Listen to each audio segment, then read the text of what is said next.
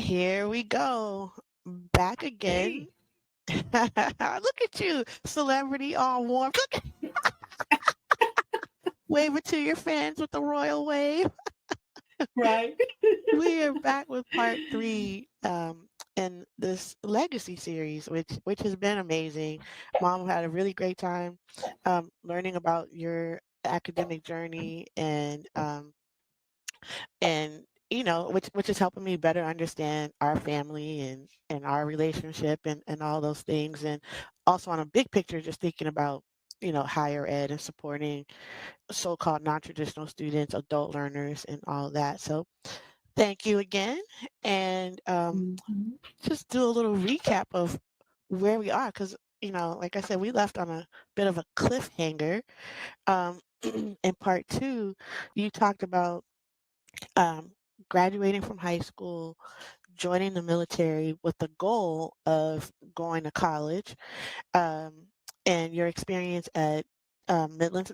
I'm sorry, before that, it was UTEP, University of Texas, El Paso, on the base of Fort Bliss in Texas, then going over to Midlands Technical College, and you sort of like finding yourself, and really feeling more like you were in college and working. I mean, going to school full time and then part time, and then we leave South Carolina and come back to Virginia. Mhm. And the um, plot thickens. the plot thickens. Well, we're going to pick up from there, Mom, about Mhm. ultimately your path to transferring to a 4-year school. So, Mhm. can you talk a bit about um, what was going through your mind? How did you go about exploring 4-year schools to transfer to? Mhm. Okay. Well, coming back to Virginia, it was all about economics. We need to live. I need to have a standard of living. I need to take care of both of us. And so education was on the back burner. And I really didn't know that I would ever go back and pursue it. Right now, I'm trying to figure out, let's get some cheddar in the house. you know, how how are we going to be fed, clothed, housed? Just the essentials of living, which is a roof over your head and some clothing on your back. So for a long time, I did not think about going back to school. So between Midland Tech and when I finally did settle in to focus completely on school, was probably a couple decades or at least one decade, right? I don't. I'm thinking maybe 93 ish. Wow. So So, we came back in 82, mhm. right? And so 93 ish is when I started thinking about going back to school, and and probably would not have done it aside from the fact that I was in the AME church and I felt a call to ministry. And in the AME church, you are required to have a Master's of Divinity degree. And I will say it's a double standard. Mainly the women are required, or at that time, they didn't say much, about men who did not Ooh, have I knew there's a reason why I Master. brought this tea today. We're gonna spill it. Because of course, when we were in California, there were two pastors who were men that I knew of who had no degrees, no undergraduate degree, and were pastors of churches, right? But they strictly enforced it during that time. Maybe they have, you know, come around. But during that time, if you were a woman and you were thinking of being in ministry, you were required to have a Master's of Divinity degree. Okay, hold on a second. For the fans, we're not talking about 1893.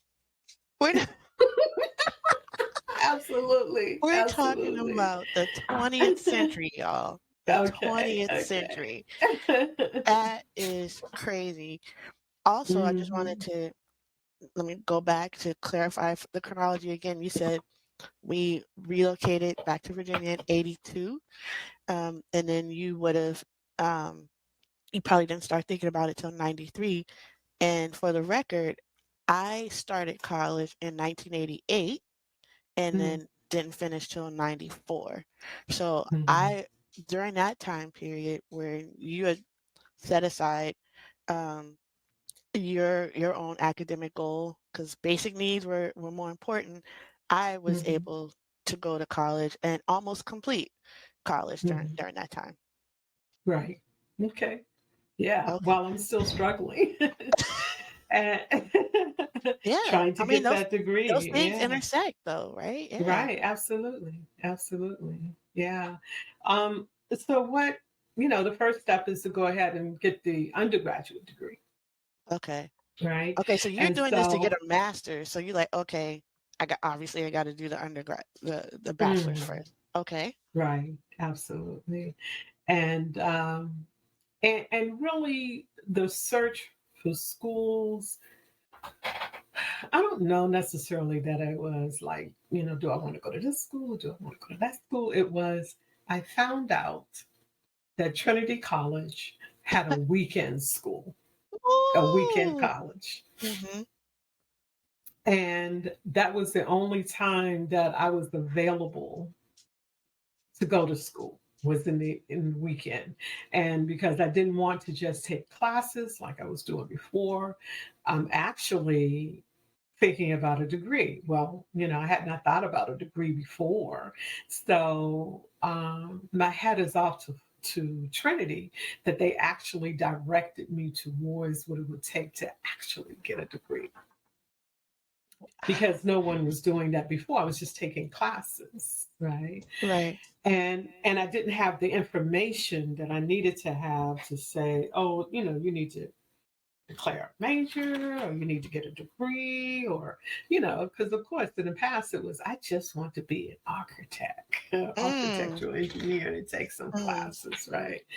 um so yeah, I mean, at that time, Trinity was an old woman's school, Mhm. and it was so affirming in a whole lot of Mm. ways. A Catholic all women's school, and it was affirming in a lot of ways, especially the weekend college, because there were um, other women who were returning students or never been to school, but this is a weekend college. They want to go ahead and get a degree, who were there, who were also had life experiences, that done other things in their lives. And now they were either returning to school or coming to school for the very first time. So, and I will say that after Midlands Tech, um, Trinity College really shaped me academically. And, there were classes that I took there that were, oh wow, so affirming. I remember taking a I think it was Black women feminist class. It was. Yeah, I remember that class. What made it so good? What made it stand out? Well, it was my first introduction to feminist thought, or Black feminist thought, and it was Audre Lorde, and it was Alice Walker, and all these powerful Black women. I was like, oh my goodness, let's go. So, it was really great. I had some really good classes there. Um, my, what is it, theory class, was it theory? Yeah, I think it was called a theory class or something like that. That was really reasoning and theory, and those classes were really good. They were great classes. The disappointing thing was that all the schooling that I've been having, all these classes I have been taking, none of those transferred over. Nothing from how is that possible? Yeah, they didn't. Wow. Um, Maybe a math class, possibly. I had to do portfolios for life experience that helped me along. Oh, Um, I did this portfolio for graphic design that counted as a class because I've been doing desktop uh-huh, publishing for for ages, right? And so I had to pull together this portfolio, and I had samples of designs that I had done, like all the church bulletins I had done, all the flyers that I had done, um, just everything that I'd ever created, right? And had to tell how it was relevant to the course that I was taking. And, she was pretty pleased with it. And she's like, "You are a graphic designer," is what she said. So but not I your got the port, classes, huh? but not But your not my class. classes. So that portfolio counted as a class, as an Okay, elective, as a graphic design elective. Yeah, but my classes, I don't think any of them transferred over. Well, certainly not the drafting classes or anything like that. It may have been, I'm thinking it may have been a math class that I took or oh my something that, goodness. maybe trig, the trigonometry Mhm. class that I'd taken. But aside from that, so, I had all this time and all that experience. But then in the meantime, what has also happened is that um, the time has passed for me to be able to use my GI Bill for education and Mhm. get paid for it because there was so much time.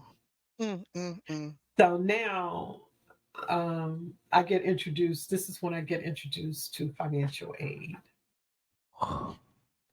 because I didn't know anything about it before. And so I get introduced to financial aid. I applied for it, Pell grants, just all of that. So that was my introduction into student loans, Oh which my ended goodness. up being a whole bunch of money. A whole bunch of money. But I would also think, I would imagine, um, with me being in school too, because you had to sign my financial aid forms, right? Hmm. That Hmm. that that was something in the background as well too, I would Hmm. guess, like, okay, there's this thing called FAFSA. Financial aid. Yeah, I mean, because actually you found out about your own financial aid and you filled it out and you said, "Here, sign here." Oh, Mom, don't make me cry. I know. It's true. It's true. Yeah, yeah. Yeah, I mean, yeah. because I didn't know anything about it. I had not Mhm. been introduced to it. It was just not a Right. part of my worldview. Yeah, I didn't know anything about it. So you just, you came and said, "I need to do this to get the money to go, continue to go to school, and I need you to sign right here." I was like, "Okay, I believe you." Here's my John Hancock. Oh, So, well, okay, okay. but actually, yeah, yeah. So, but actually, my personal introduction to student loans Yeah, yeah. This is and so deep. FAFSA. I'm Hmm. ready for our award. Okay. I'm gonna come back to the financial aid part. I want to talk about your classroom experience a bit more. Hmm. And I'm glad to hear that Trinity was helpful. You said it was helpful. What did you end up majoring in and why? I ended up majoring in business, Okay. uh, simply business administration, simply because I was already, part-time business owner by this time. Well, yeah, no, I was full-time. I was full-time business owner by that time. What did I say? 93? Well, Yeah, because it would have been post 93 because yeah, because you yeah, it would during have been my like freshman 94. year, yeah, while I was in Mm-hmm. college is when you launched the business. Mm-hmm. Yeah, it was. Yeah.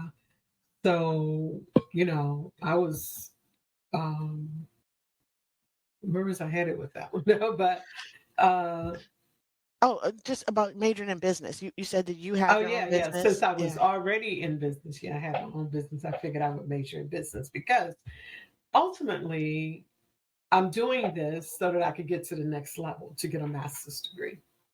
That's right. So you just need to get So through. yeah, so I'm taking the easy route. Let's just hurry up and Oh, get this done. I'm oh. taking the easy route, right? So I know about business. I've been doing business. I can, if they're requiring business plans, I know how to do that. Budgets, just all of that, right? So, and some of the courses I could do a portfolio for to be able to get credit for and not have to take the classes. Mm, mm, mm. So we want to make it easy. Knock it out. Knock it out. Yeah, Well, knock it down. this is what I tell people quite a bit too. um, it is not the same story we tell students when we say, "Oh, pick a major what you're passionate about." And I remind people not everyone has that opportunity to pick to study something that they really want to do, sometimes it's a means to an end. Heather has a question for you. She Mhm. wants to know what your experience was like with your professors.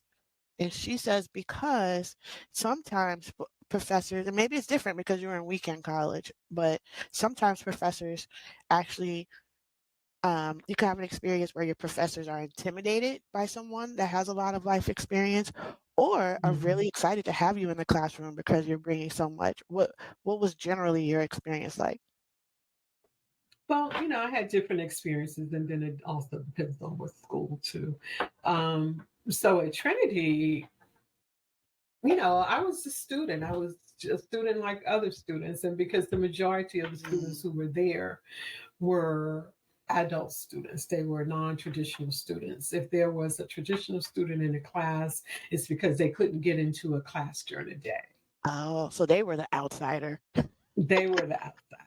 Absolutely. They were at our school because Hmm. weekend college was our school, and the during the day school was, the young kids school, right? So Mm. if they were in our school, they were there because they couldn't get into a regular class during the week, during the day. So it was always so great.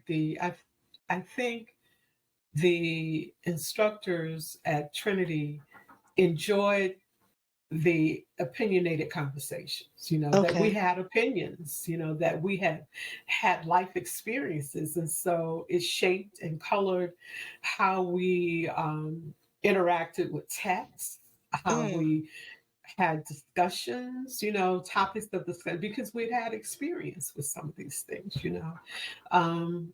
especially like a women's Black women feminist class. I mean, we're all got all kinds of experience about that, right? So yeah, it was great. It was a great experience, and most of them I really felt were very affirming Mm. of the fact that we were adult learners and focused on education and getting through school and having a degree. I think a lot of them were proud of that. Oh. What Yeah, are I what are got that sense. well, no, no, I'm just building upon that. What are some things you either in the classroom or policies or what have you that you think Trinity did well or was intentional in acknowledging that you all had life experiences and things like that? Whether Mhm. it was the curriculum or just yeah, just anything. What do you think Mhm. sort of made I it? think I don't know that there are any other schools that would allow you to build a portfolio based on your life experiences, That's right? important. But that's one that I can definitely say that Mm, Trinity was very helpful, is that you have life experiences, and some of these experiences could, certainly give you some credits towards some of these courses. So I don't know that other schools do that, but I know they did that at Trinity. And for me, that was really, as a returning student and an adult non-traditional student, to be able to mm, to be able to see that my experiences had value aside from just an employment basis, mm, right? yeah. So yeah, so that was really good. I think that helped a lot of women who were there um, feel as if they were part of part of the environment there, just part of the culture there, that we actually had that opportunity to take our experiences and translate them into credits. So that was really good. Yeah. That's amazing.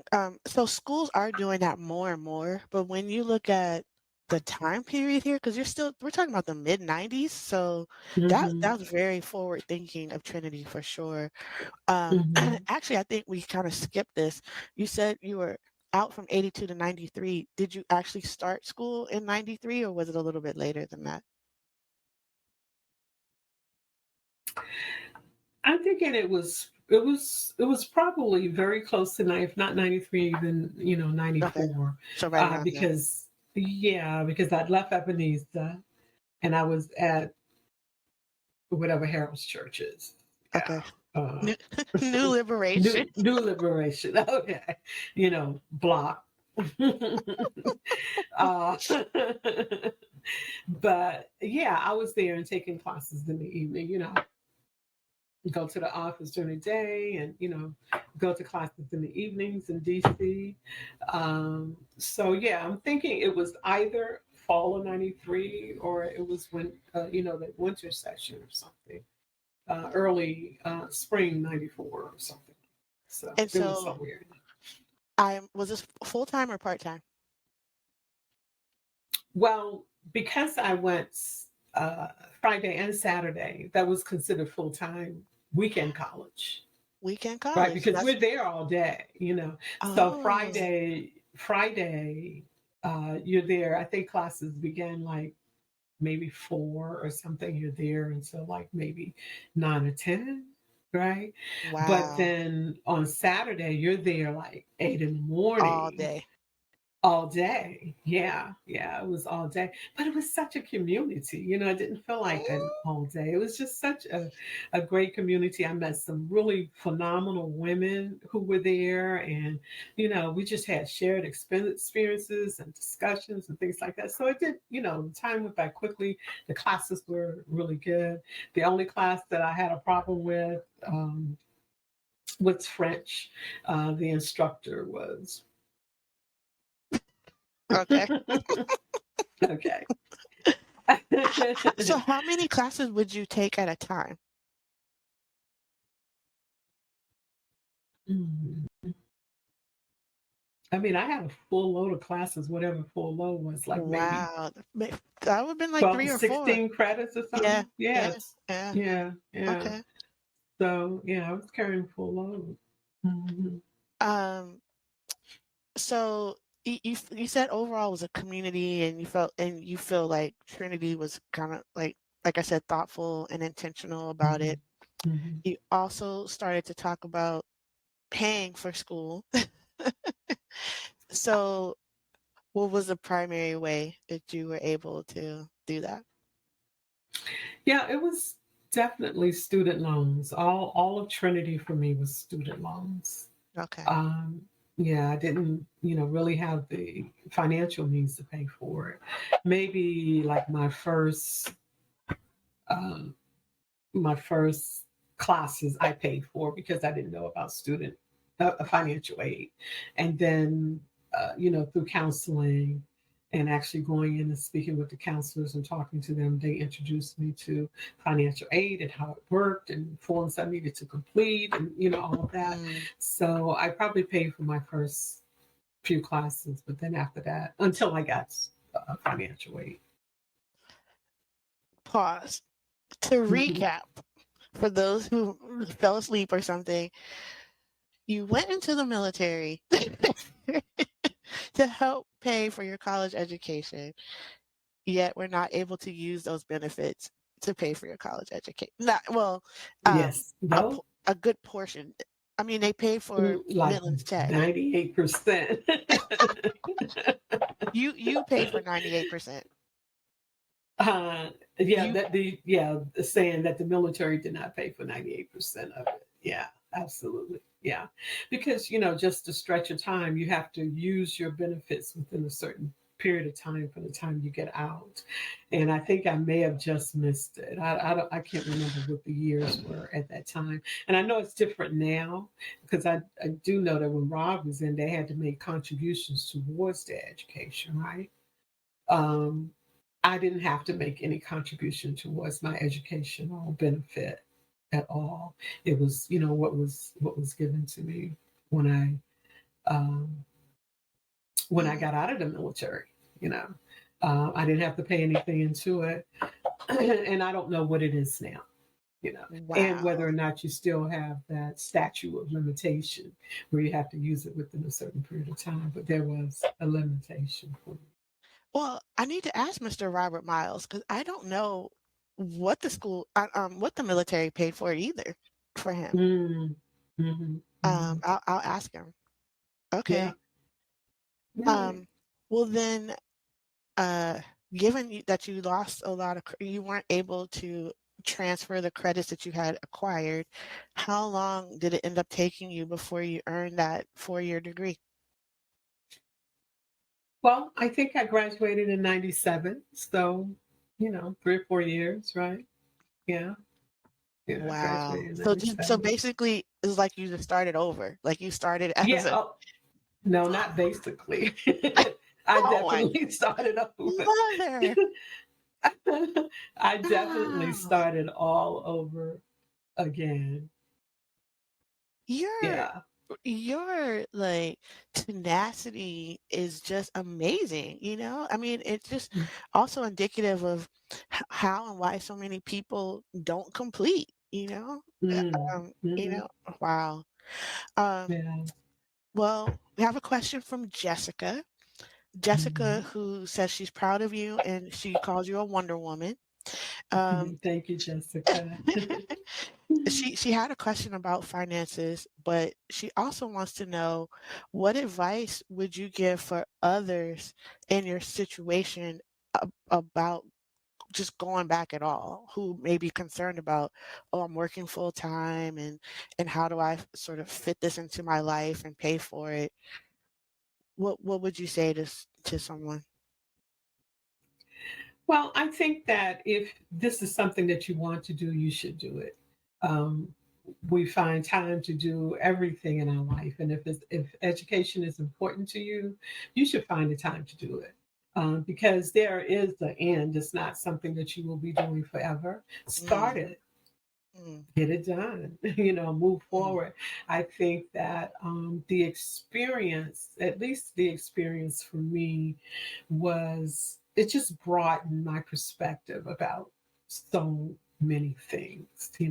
And I think that if there's a person who has a desire to go ahead and finish your education and get a degree, I think it would be so affirming for them to go ahead. Number one, I persevered and I did this. And number two, look at me, I got a BA or whatever behind my name.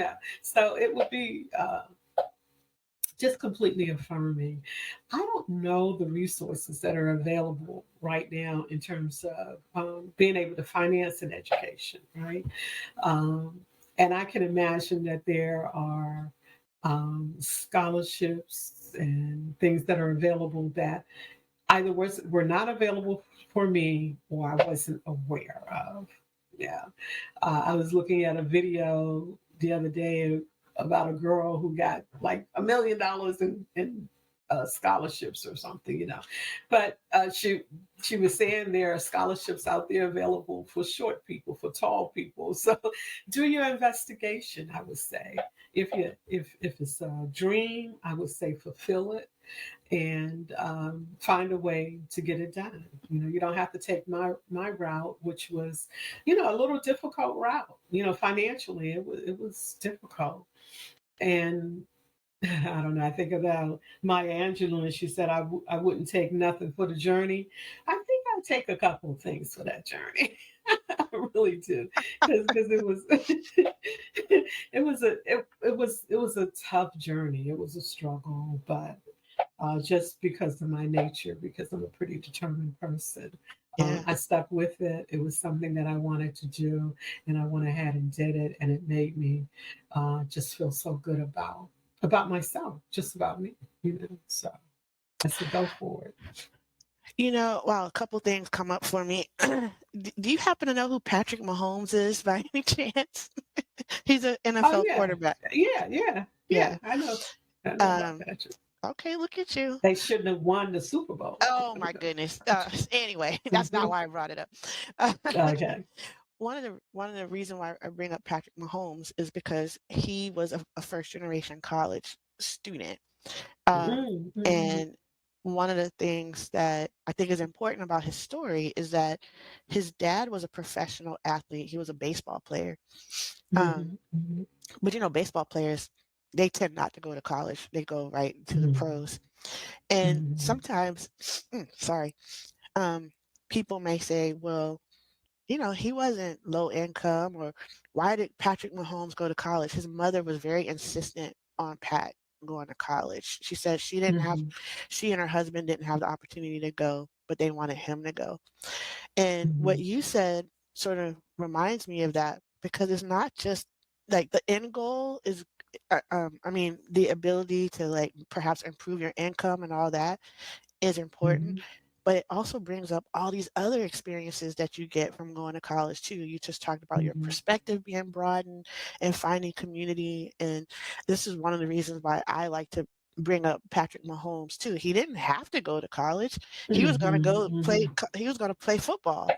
But Right, right. I love knowing that his mother really wanted him to have something that she Hmm. and his dad didn't have. So Hmm. shout out Yeah, to and even Shaq, because his mother was insistent with him finishing college. Yeah, you can go to the NBA, but you need to get a degree, and his him. mother was really insistent about that. And I think did Shaq get an advanced degree? Oh, he's Dr. Shack. Yeah, right. Dr. Shaq, yeah. And so I think about Shaquille O'Neal and how, I mean, because, Shaq was $1 million man or Mhm, $2 million man when he first went into the NBA. He didn't have to, if he invested well, he certainly didn't have to go to college, right? But mhm, now he's, like you said, Dr. Shaq. So there are a lot of reasons for higher education. That goes beyond, like you said, earning potential. mhm. And even if, because, Shaq's earning potential is what? way, way out there. So certainly he didn't get a PhD so he could make more money, No, he clearly. did not. But yeah, it's the experience, and I think that it is something that should not be a privilege in America. Mhm. Education, um, I think, should be available to everybody. I Yeah, think it certainly does, and especially in these days and times, um, where the cost of living is escalating, but earning is staying in the same place. right, you're right. But yeah, and so if you don't have a college education, for the most part, there are certain jobs that you're relegated to. That's And right. those jobs, yeah, and those jobs are not paying enough money for you to just go to that job and come home and have a good quality of life. That job means that you have to get another job, Mm, and you mm, got to get a partner who got two jobs just mhm. so that you can make ends meet. What kind of quality of life is that if you're always working or being concerned about being able to pay your bills? That's no good quality of life, and that's what we all should be able to seek, is a good quality of life. Mm. So I think education goes a long way. Getting a degree and helping you achieve. I won't even use the word American dream. No, What's we that we won't dream? say We won't say that. We'll cut that out. But it just goes a long way in you being able to sustain a sustainable lifestyle. You know, that. Yeah. and I mean, clearly, I believe that it will cut down on crime. I believe Mm, because number one, it broadens your worldview. Number two, you're able to get a job that can mm, pay you a good salary so that you don't have to revert to illegal means to try to just live. This is not trying to, be no drug pen or mogul or anything like that. We're just talking about existing and being able to breathe while we're existing. So I think education is crucial and key. And I don't want to be on a soapbox, but I do believe that the problem with education is that they don't want everybody to have equal access to it, because that continues to allow us to have a lower class Mm-hmm. of people where we're standing on their backs while being the rich are standing on their backs while they're being elevated. Because if everybody got an education, then I don't need to be shining your shoes. Shine your own Mm. shoes. Mm. So um, anyway, I'm off the oh soapbox. no, it's totally fine. I wanted to say, Mhm, because I don't know if you remember this, but I was at this, I'm older at this time while you were in school, and in fact, I was in graduate school mhm, by the time you graduated. So I have even more memories of your experience at Trinity, like obviously more than I did when you were at Midlands. And I mhm. remember thinking, if I were to ever be a college president, I wanted to be at Trinity. Do you remember Mm. me saying that? I do. I do. I do You, remember you saying that. I just Yeah. remember, like, I'm not sure that you use the word community, but I just remember your experiences. I remember your excitement. I remember you taking that Black feminism class, um, Mhm, and it was just so great to see you, feel connected and all of that. So mhm. who knows? You never Yeah. rule anything out. Yeah, that is so true. I mean, I never dreaded going to one class at Trinity. Mm, Even with it being all day, even going late in the evening on a Friday after having worked all day, I look forward to every class, with oh, maybe the exception of the French class, mhm. with excitement, just because the community and the professors were fantastic. They were great. Yeah. Yeah. And some of them even said that they learned from us, Yeah. which was, not something that many professors will admit. Right. I certainly had a different experience in graduate school. Go right ahead. Yeah. Make that transition. Don't we all don't we all get socked in the face? But go ahead. Yeah. Yeah. But my experience, okay, well, let's say, first of all, my ultimate goal going back to school was to get the master's in divinity. Right. So at Look at you my recapping. my last couple of maybe my last year, it was either my last couple semesters or my last year, I was actually taking classes at Trinity Okay. and taking classes at Howard School of Okay. Divinity, right? Okay. So before getting my undergraduate degree, I was doing some graduate studies. Okay. All right. So there's a differing experience at Howard University versus Fuller Theological Seminary. Oh, right. Okay. Totally forgot about Fuller. Okay. Yeah. So once I did graduate, I'd already taken a couple classes at Howard, and so now I'm part time. I'm going to classes in the evening at Howard School of Divinity, and because it's a commuter school, the School of Divinity is a commuter school, right? And then I decided I'm going to go to Fuller. And I decided I was going to transfer, and I mentioned this maybe in the first our first session, was because you were having a baby or you had a baby, and I didn't want to be a long distance grandma. This is going to be my only grandchild, and you know we got to go. and and at this stage of my life, I could use some blue skies and sunshine. I was ready to leave, right? And to go hang out with my only grandchild. Your Yeah. only Eh, grandchild. right. And so it was just what school in California near Los Angeles can I go to? Right. So not because traditionally people say, "Oh, you look and explore and you find what you want to study and go." Okay, not that. All right. You None of looked at a that. map. No. This one. No, I looked at where you were living Okay. and I needed to get close to that. Okay. Okay. So and California. and so California, and Pasadena was not that far from Los Angeles. So okay, Fuller Seminary it is. Um, so Fuller Seminary, the Fuller actually had a program at the time. I don't know if they still do, where students can come straight from high school into their graduate school. Really? Yeah, Okay. yeah.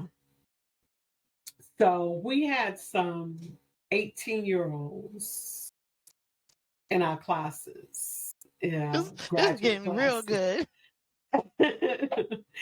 And the professors who were there, who were 99.5% white, um, were accustomed to dealing with students who were either fresh out of high school or had a couple years of college education. So, like 20 is like their median age that they are In the dealing with seminary? students in the seminary. Yeah, because some of them had gone to Bible colleges, Oh and my some of that goodness. went towards Yeah. credits. And like Okay. I said, the School of Theology had this program where you call to ministry, give us your call to ministry story, and we can let you in. I remember befriended this little 18-year-old girl who really was interested in photography on the like what do you do before the first day of classes is Orientation? orientation. Thank you. uh, at orientation, this little innocent little cute little white girl, and somehow she gravitated towards me, and she was 18 years old, and she ended up, she thought, oh, it's so beautiful, and she took pictures of me as a photography class or something, so you may have seen those pictures, I don't know, but that was my photo shoot with her, right? Mm. But she's the one who told me about being able to come straight into Fuller, because she had a, I don't know, missionology or something like that, where she wanted to do missions, right? Okay. And so the professors were really um, accustomed to working with kids who were very their minds were pliable. Okay. They Okay. so they could just about tell them anything, Ooh. and they had such um a respect and an admiration for these professors. Well, I'm probably about 5 years older than You said you. I'm grown. And when I say 5 years older than you, I'm talking about the professor. I'm about 5 years older than you. And yeah, I'm a grown woman, So you can't just say anything to me and not expect me to challenge it, because I have a different experience, you know.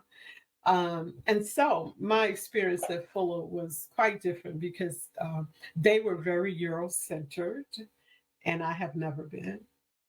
Um, they were accustomed to working with younger kids who really didn't have much. They were pouring into them, right? Mm-hmm. As opposed to someone who already had a full bucket. And Mm. so, and the stuff you pouring in is spilling over.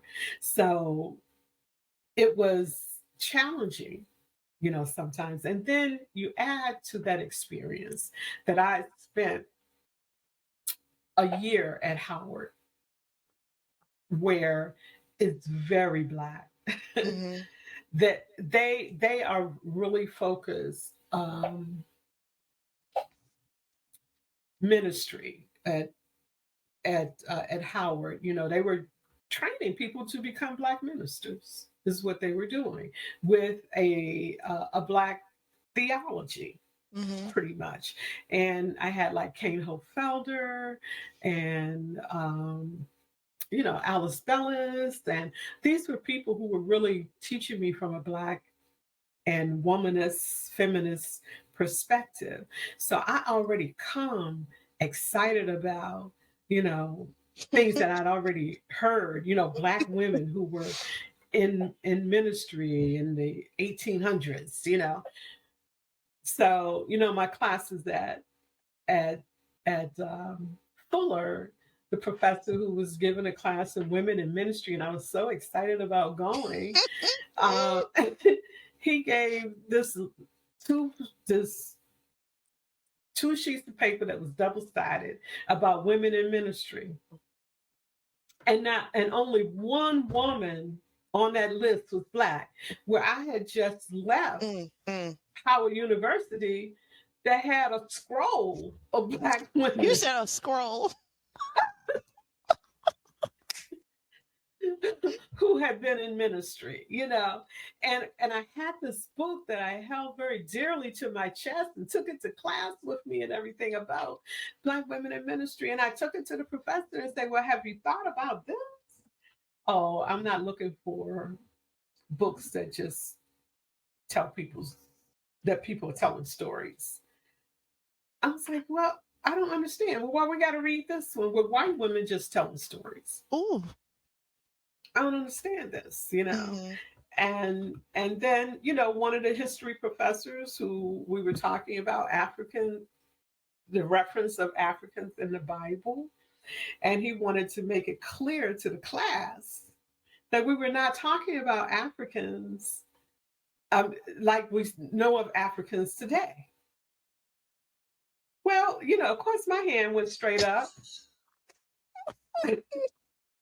Well, are we referring to Lutheran, like Germans that we know of today? Is he a different German then than he is than the Germans that are today? Well, this is not the forum to discuss this. Oh Oh. no, wait a minute. You brought this up in this forum, and I think there are a lot of impressionable minds in here that you need to straighten this out here. You brought it into the forum, so let's clear it up in the forum. So it was a different kind of experience because it was very Eurocentered. It was, very male centered, and they were focused on younger students, right? So, not a lot of support from the Mm, professors mm, at Fuller. I was mhm. the troublemaker because, Back to being a I, troublemaker. and I've never had problems with asking questions, and Right. so I would ask questions, I would raise questions, and so I had to make my own after getting over the initial shock of re-experiencing things that I had experienced in the late 60s, early 70s. Then I had to adjust and say, okay, I know where I am. I know what I got to Yeah, you've do. been And there so before. Yeah. I've been there before. Yeah. So, Question. You mentioned the faculty at Fuller were predominantly white. What about the faculty at Weekend College at Trinity? oh, they were predominantly white. This They is a also different kind of white. were different. Oh, This see, is a different kind and of that's what I white. wanted to ask, right? Uh huh. Yeah, different kind of Yeah. white. Yeah. That's deep. Mm-hmm. Mm-hmm. Um, how about the transition to graduate school, generally speaking? Did you feel like the work was more challenging, and more reading, more writing, or what was that like for you? Actually, it was a good experience because I've always loved reading. And I discovered that I also loved research, Okay. that I enjoyed research. So I just felt like I was eating a full course meal, because, there was a lot of reading and writing because I like to write. Um, so there was a lot of reading. You had to do a lot of papers, reflective. I can reflect all day long. I just enjoy writing, those types and just doing the research and finding out who has an opinion about this, and how does their opinion differ from someone else's opinion, and now what do I think about it based on what I've read? These two um, challenging opinions, and what do I think having read it? So I enjoyed it. I truly enjoyed it. The only thing though is that I thought that because my intention at Fuller, because by the time I actually got to Fuller, I'd had some church experiences that let me know this is not what I want to do. I Okay, don't want after all that. to. It's like this is not what I want to do. But I was interested in Old Testament studies, and more specifically women in the Old Testament. So I Mhm. was really interested in that. Yep. So I was going to, take this bitter pill with Fuller, because my ultimate goal is to get a PhD in Old Testament studies, Hmm. and with the focus on women in the Old Testament, um, which I did not do. But still, I learned a lot from it. I still study it, even Hmm. to this day. Hmm. I still study it. Um, the most difficult class for me was Hebrew Mm. language. Yeah, the Yeah, Hebrew yeah, was the most difficult for me. yeah. But other than challenges with the professors, the readings were good. I had There was a challenge with just about every professor I had. So there was this woman. It's literally it's like the opposite of Trinity, but keep going. Right, yeah. Mhm. I think it was maybe like a homiletics class, about preaching, how to preach. And she gave us, on the book list were books that you needed to read that was about homiletics and preaching, and, all of that. But then she chose to put a black person on this list, Okay. but it was a book where almost said it was a caricature of preaching. Everybody else was about serious sermons, how Um, to, break these sermons down and what they meant. But the book that she gave us for the black preacher was, like poetry, or, something like that. So I had a problem with that. There's a lot of there are a lot of books out here about black preaching, and so why can't you include that on the list of books to read? I don't understand this. Yeah. So, I decided to take a little different approach, and so I sent her an email okay. and told her all these things in the email, rather than shouting it I'm gonna out in see class. you after class. Right. Okay. And I had an issue with that. I told her why I had all these issues, and I gave her a list of books that I actually had gotten while I was at Howard, and asked her to consider those. And, she came back to the class and, well, one of your classmates have, posed this, and blah, blah, blah. And so, how many of you have a problem with, I think it was, I don't know, James Weldon Jones? I don't even remember the book. I might have it. But who has a problem with that book? And so, Who's one this? by one, the little meek black people Uh-huh. raised their hand, like this high, right? They It's did the like, little yeah, finger. you can, yeah, right. And so she, took the book off of the list, and, replaced it with one of the ones that I recommended. But yeah, that it was a completely different. It's as if all my life experiences was preparing me for Wow. my experience at Fuller. So What do you think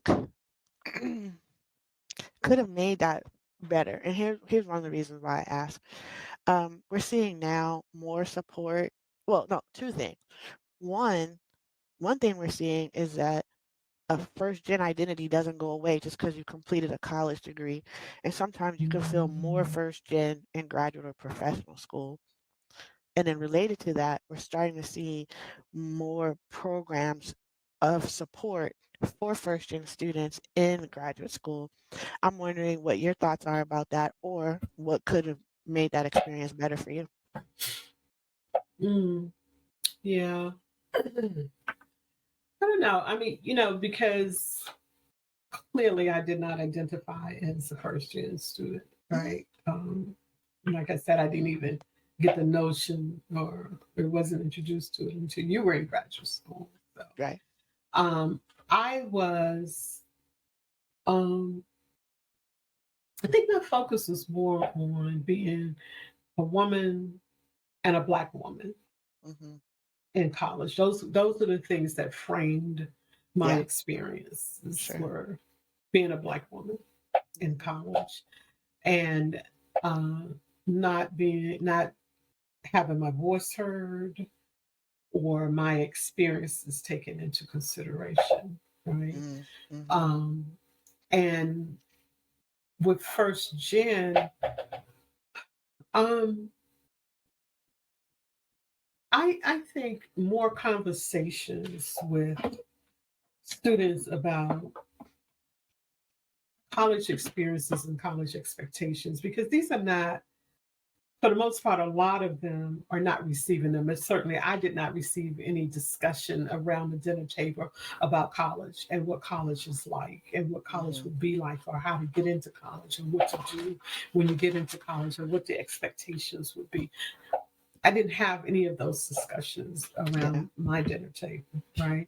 So I think that once you make it, and I do believe that for a lot of first gen students, the parents are so focused on, I just want you to go to college and get a college education so you can get a good job. I don't know how you're going to get there.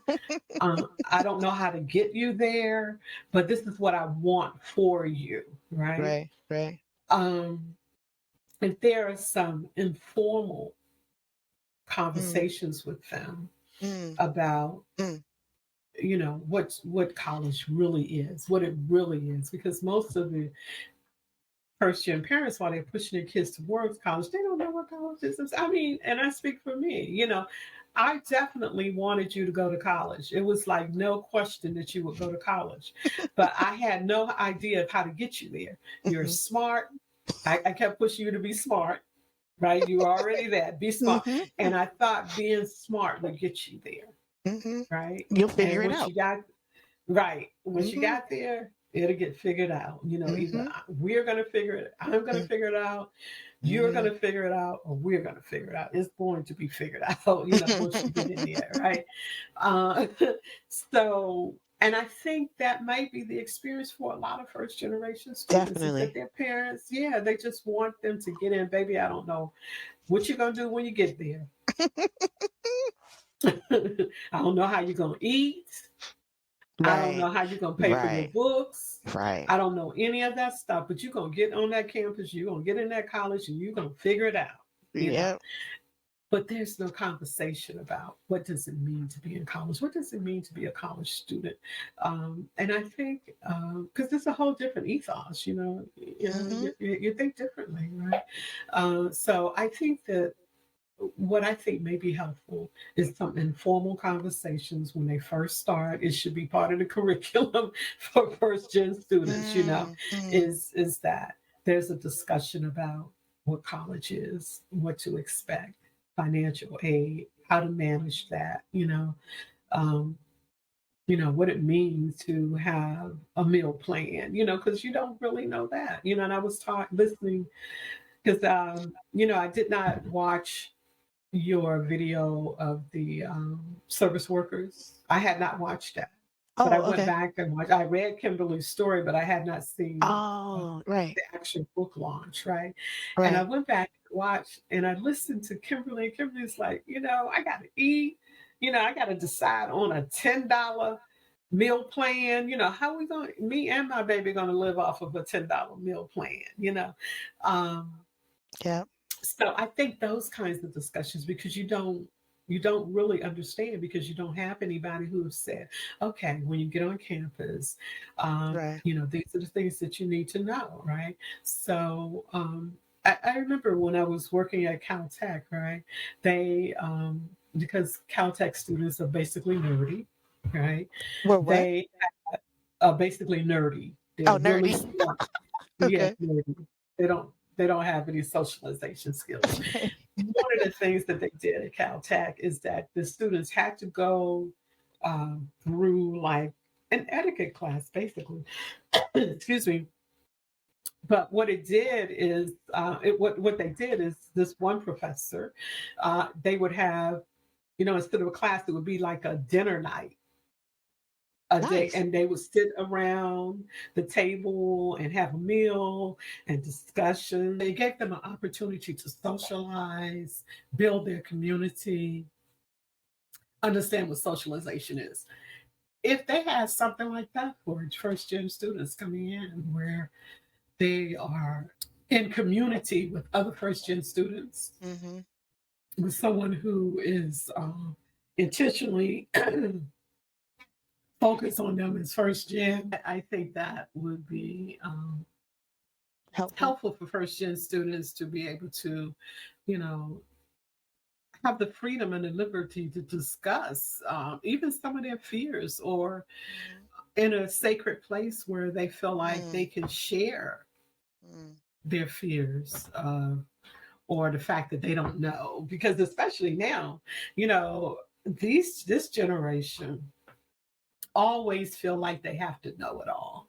mm, Or mm-hmm. if they don't know it all, they can Google it and find a YouTube that can Mm, help them, mm. understand it. So I think it's important to allow them to have the freedom and the liberty to be vulnerable and understand that they don't know it all. Or, yeah, you'll figure it out, but let me give you some steps to figure it out. Right. Let Yeah. me help you Yeah. along. Yeah. So. I love that idea. I'm gonna have to start using that term, a sacred space. Right. Mm-hmm. Um, Ray Linda was very intentional about first gens being a community with other first gens, and Mm-hmm. um, she let me do my thing at LMU, but one thing she insisted on was that the mentors for the students also come from that background. She was like, "Yeah, there's a time and a place for allies, but this is not that."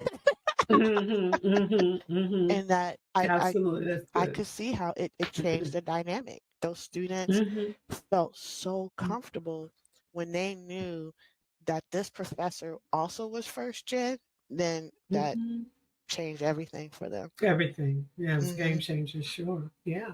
So Yeah, no, I think that would be so helpful. yeah, I think, for me it would have been helpful to just be able to, I mean, even have the vulnerability right. to be able to say, I don't know what I'm doing. What Hmm. what should I be doing? I ask the questions, what Right? should I be doing? Yeah. Yeah. You don't know I what you don't don't know. know. Right, absolutely. What is it that I should know? Yeah. What is it that I should know? I love that. Mhm. Well, you did complete that master's degree, ma'am.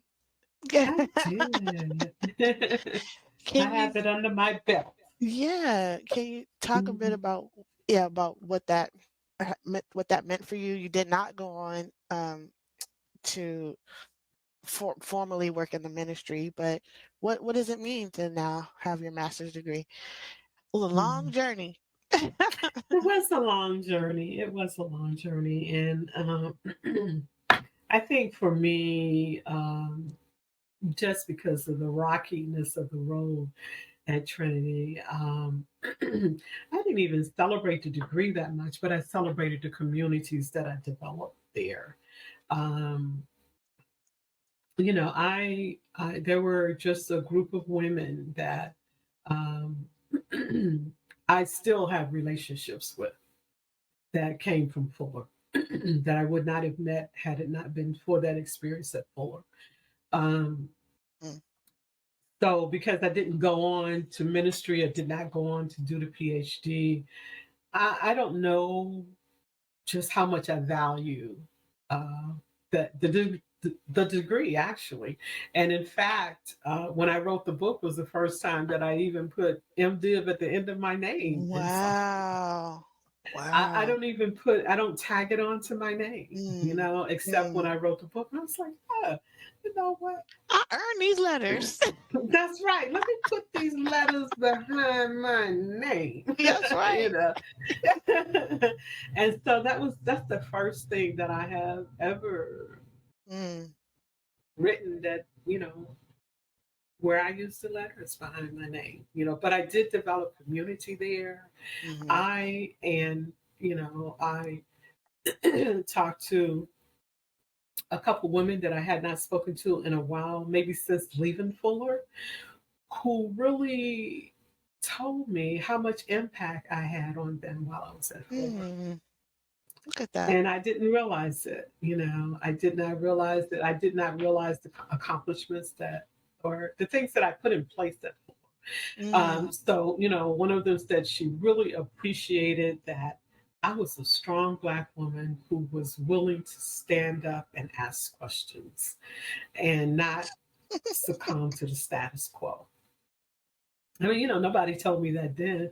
One of them, a kid, told me, she said, actually, I was afraid of you because you were so strong and oh, you stood up to those professors and you spoke your piece. And I was like, this woman has too much power for me.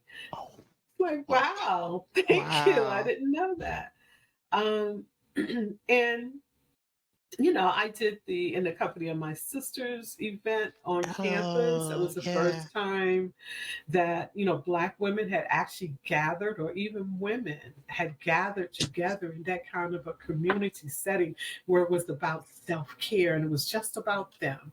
They didn't have any men there. It was no professors or any of that stuff. That was the first time that had happened. Right. And they appreciated it. The first time I did it in celebration of Women's History Month. But the first time I did it was so affirming, and the women really needed it because it coincided with the end of a semester, right? Mm, And they just needed to exhale, right? They said, give us more. We can't just do this in March. So we did it mm-hmm. twice a year while my last year, my last 2 years, and we did it twice a year.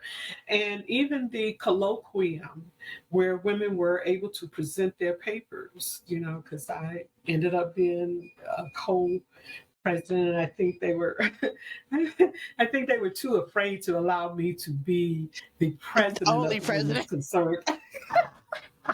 They had to dilute you. That's like, wait a minute, we got to put some cream in this coffee. So I was the co-chair of the Women's Concern Committee, and one of the things I did was the colloquium where women could submit their papers, and then I knew about the SBL. What's the SBL? I can't. Society of Biblical Literature, I think was the Oh, name of it. I BL. don't. Okay. I don't know that it still exists, but I learned about it at Howard, and I introduced it to the women at Fuller. And I was able to get funding from Fuller to send us to their conference, through the Women's Concern Committee, to send women to the conference to present their papers, right? So we were on a committee to select what women would, submit papers to go to the SBL conference, which was in Toronto, Canada. You went to And Toronto? yeah,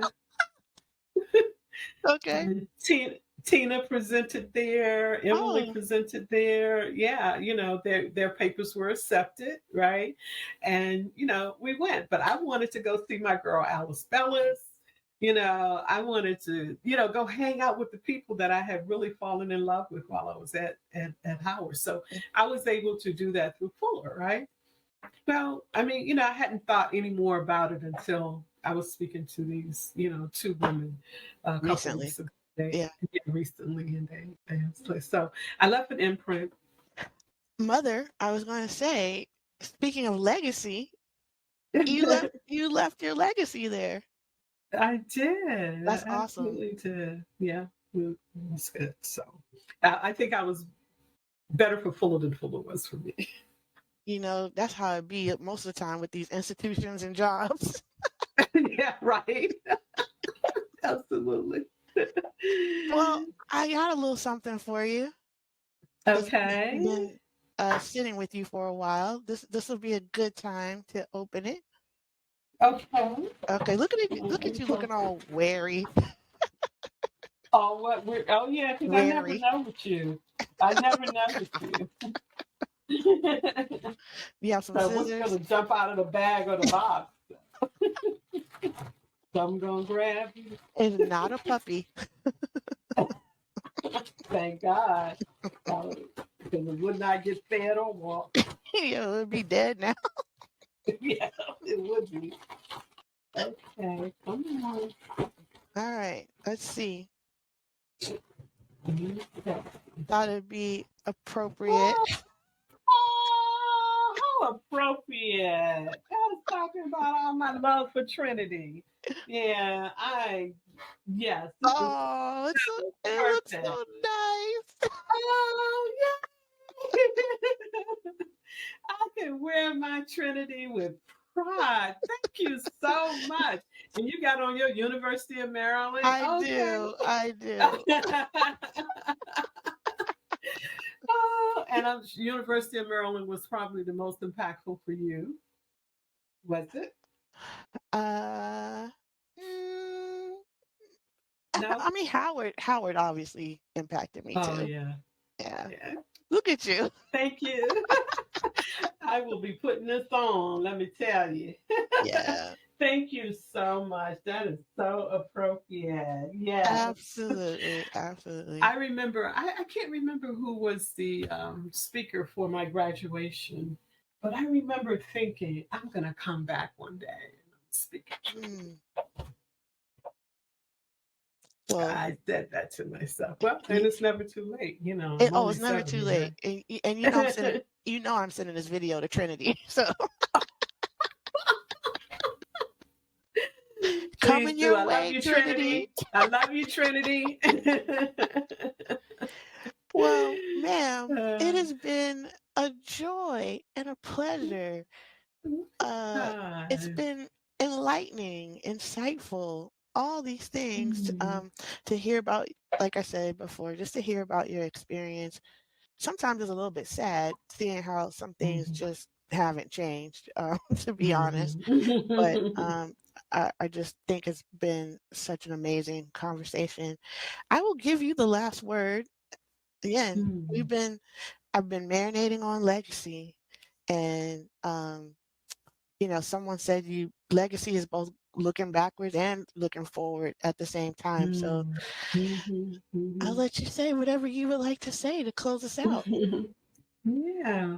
Well, I just thank you for this experience. Of course, I was a little leery about doing it. Ah, I kept pushing the date back. yeah, you Does it did. have to be in December? Does it have to be in January?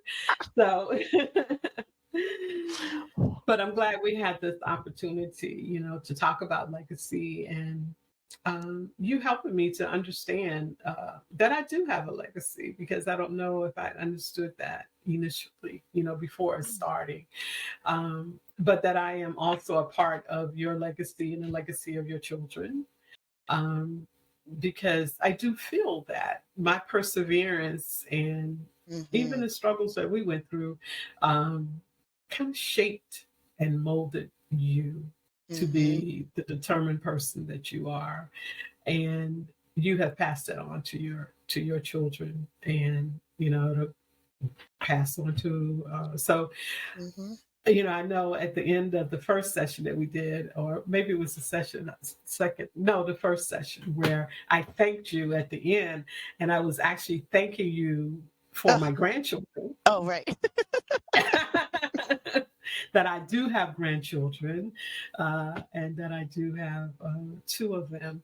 But, I thank you again for um, the legacy that you're leaving, that you have left for our family, that you have shifted the Mm-hmm. trajectory of our family. And so these sessions with you have helped me to understand that and see. I mean, I knew it in the back of my head, but helped me to understand more fully just the trajectory of the family and how it has shifted as a result. I mean, Dr. Latanya Rease Miles, right?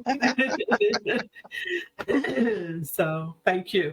It's been just a great experience, though, to be able to go back. And so I Mhm. thank you also for allowing me to go back and reminisce about the things that I've done, the accomplishments that I have made, That's right. and to be able to embrace them and fully celebrate them. So I thank you for that too. Yeah, Aw. Mwah. yeah. Love you, Love you lady. back. Love you back. You know that.